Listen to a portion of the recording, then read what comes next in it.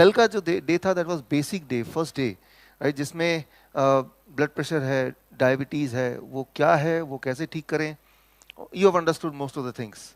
आज का दिन है advance day. Advance day means heart disease है, कोलेस्ट्रॉल है, और हार्ट डिजीज़ से जुड़े हुए सारी दवाइयाँ हैं, ब्लड थिनर्स हैं, जो ऐसी चीज़ें हैं जो ऑलमोस्ट कोई भी इंसान जिसकी उम्र 40 साल से ज़्यादा है और वो गलती से कभी डॉक्टर के पास चला गया या फिर अपना पूरा फुल प्रोफाइल टेस्ट करा गया तो वो कोलेस्ट्रॉल की दवा, ब्लड थिनर और ब्लड प्रेशर की छोटी वाली गोली वो लेके आता ही है घर पे।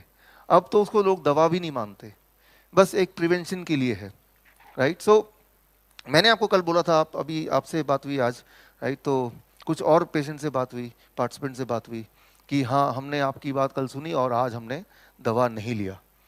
कई बार कुछ पेशेंट या पार्टिसिपेंट वो क्या करते हैं, चलो सेकेंड ओपिनियन ले लेते हैं, अपने डॉक्टर से पूछ लेते हैं, डॉक्टर साहब मैंने कल वो एक ट्रेनिंग प्रोग्राम देखा था, एक सेमिनार था और मुझे बोला ये सारी दवाइयाँ मत लो, तो क्या आपकी राय है, और ये एक DIP डाइट है, इस पे रहो।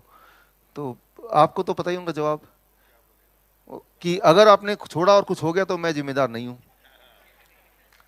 तो अब सवाल यह है कि अब क्या करें। तो मैं आपसे काउंटर ऐसे कि क्या करना है, अब उनसे बोलिए ठीक है मैं नहीं छोड़ता, अब कुछ हुआ क्या आप जिम्मेदार हैं।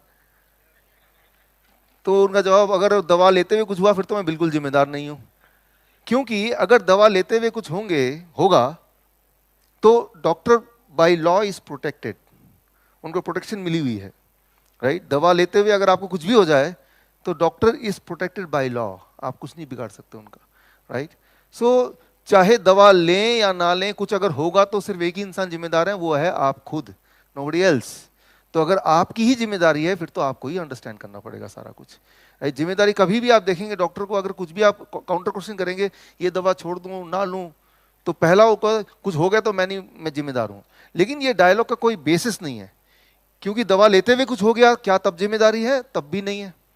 So in any case, you have to understand only one person on earth is responsible for your health and that is no one else, only you, right? और अगर आप ही जिम्मेदार हैं अपने हेल्थ के तो आपको तो सारा कुछ समझना पड़ेगा, राइट।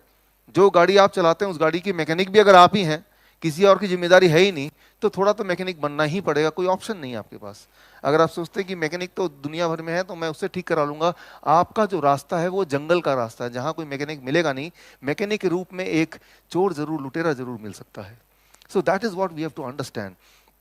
आप इमेजिन कीजिए एक ऐसा शहर, आपका शहर इमेजिन कीजिए कि जहां पे साइकिल चला रहे हैं, एक ऐसा देश, एक ऐसा शहर जहां पे, एक ऐसा सिटी, साइकिल चला रहे हैं, साइकिल चलाते हैं सब लोग, और साइकिल का चेन उतर गया, आपको नहीं पता कि चल क्यों नहीं रहा, पैडल मार रहे चल नहीं रहा, पैडल मार रहे चल नहीं रहा।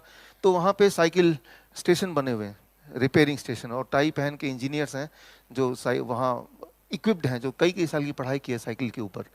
तो कितने वेलोसिटी में कितना एक्सेलरेशन होगा, कितना स्पीड होगा, सारा डायनेमिक्स और स्टैटिक फ्रिक्शन, काइनेटिक फ्रिक्शन, जितने सारी चीज़ इन्वॉल्व होंगी, सारा कुछ। वो आपने उसको बोला कि देखो साइकिल में पैडल तो मार रहा हूँ चल नहीं रहा, तो बोलेगा ठीक है भाई मैं इसका स्टैटिक फ्रिक्शन देखता हूँ, काइनेटिक फ्रिक्शन देखता हूँ, इसका एक्सीलरेशन कितना था, विंड का क्या था, कुल मिला के फिर बोलता है कि भाई अब ठीक नहीं हो सकता ये, बस आप साइकिल में बैठिए, हम यहाँ से धक्का मारेंगे और कुछ दूर तक जाएगा तो वहाँ पे एक और आदमी मिल जाएगा आपको, हमारा एक और स्टेशन, वो थोड़ा धक्का मारेगा फिर आगे जाएगा।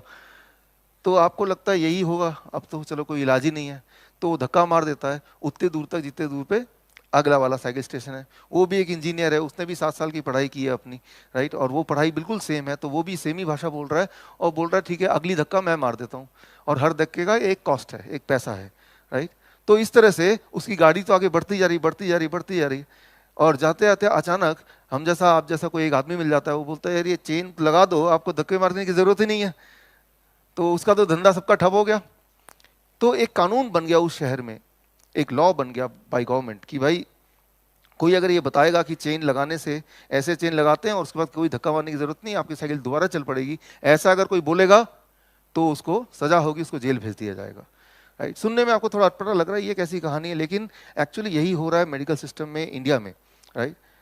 आप में से काफ़ी सारे लोग हैं जिन्होंने इस तरह का डाइट पहले से भी किया है, आज की बात नहीं, आज से कई महीने पहले, और कई आप में से बताया भी कुछ लोगों ने कल मुझे, राइट। सो आपने देखा कि आप बिल्कुल ठीक हो चुके हैं, और कई बार तो आप कुछ भी खा लें तब भी ब्लड शुगर नॉर्मल रहता है, that means you are cured.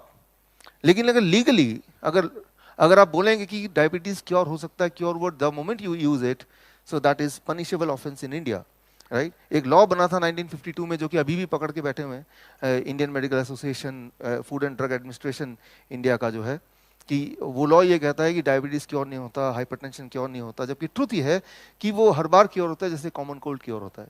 जैसे कोई पिंपल आता है तो जाता भी है वो पिंपल, राइट। एक स्टोन आता है तो स्टोन अपने आप डिजॉल्व भी होता है। सो उस तरह से diabetes, hypertension, these are curable thing. लेकिन वो एक लॉ बना दिया 1952 का लॉ, और उस लॉ को पकड़ के बैठे हुए हैं कि अगर कोई बोलेगा क्योर तो बस उसको तो जेल में बंद कर दो। हमारे कुछ ऐसे डायबिटीज एजुकेटर हैं जिनको जेल में बंद भी होना पड़ा। तो उन्होंने मुझे फ़ोन किया, मैं इसलिए बोल रहा हूँ कि आप में से किसी को अगर बाहर जाके बोलेंगे तो मैं पहले से आपको ऐलान कर दूं भाई आप आप जिम्मेदार हैं, मैं नहीं जिम्मेदार हूँ, राइट।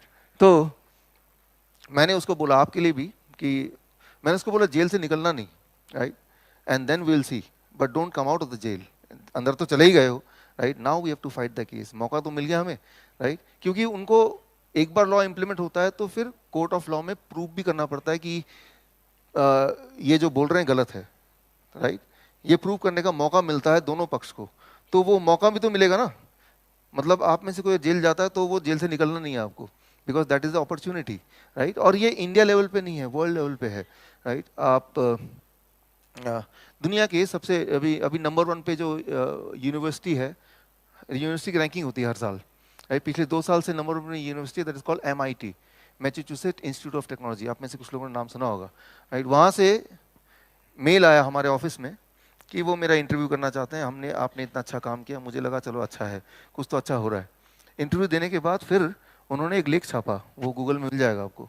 फिर उन्होंने उस लेख में लिखा कि ये आदमी इंसानियत के लिए बहुत ही खतरनाक आदमी है, और उन्होंने यूट्यूब और फेसबुक को रिक्वेस्ट किया इनके सारे जो वीडियोज हैं ब्लॉक कर दें। तो फिर उन फेसबुक का जवाब भी उन्होंने छापा, आप पढ़िएगा, कि फेसबुक ने बोला हमने इनके सारे वीडियो देखे हैं और उनमें जो तर्क हैं वो तर्क साइंटिफिक हैं, इसलिए हम ये वीडियो को ब्लॉक नहीं कर सकते। सो बोलने का मतलब है कि बीच बीच में रुकावट आएंगी, बहुत सारी चीज़ें आएंगी जो कॉन्ट्रडिक्टरी होंगी, तो वो जजमेंट आपको करना है, बिकॉज भगवान ने आपको एक ब्रेन दिया है, राइट। तो उसको ध्यान से देखना है, फिर अपना डिसीजन मेकिंग करना है। नॉर्मली हम डिसीजन मेकिंग कैसे करते हैं कि बाकी कितने सारे लोग बोल रहे हैं, ज़्यादा लोग जो जिस जिस पल्ले में होते हैं सोचते हैं वही सच है, और हम अनजाने में ऐसी चीज़ें करने लगते हैं जो हमें नुकसान पहुंचाता है। और उस वही टॉपिक है आज का। मैं उदाहरण देता हूँ, मान लीजिए एक अंडा है, आपने कभी सोचा अंडा आपने लिया, उसको एक पर्टिकुलर एनवायरनमेंट में रखेंगे, एक ह्यूमिडिटी में रखेंगे, एक टेम्परेचर रेंज में रखेंगे, उसको पर्टिकुलर तरह से मूव करेंगे, कुछ दिनों तक उसके अंदर से एक चिड़िया निकल के आएगी, एक मुर्गी निकल के आएगी, एक हैन निकल के आएगा, राइट, एक पक्षी निकल के, एक लाइफ निकल के आएगी। तो अंडे के अंदर ऐसा क्या है कि वो एक लाइफ में कन्वर्ट हो जाता है? What is there inside the egg?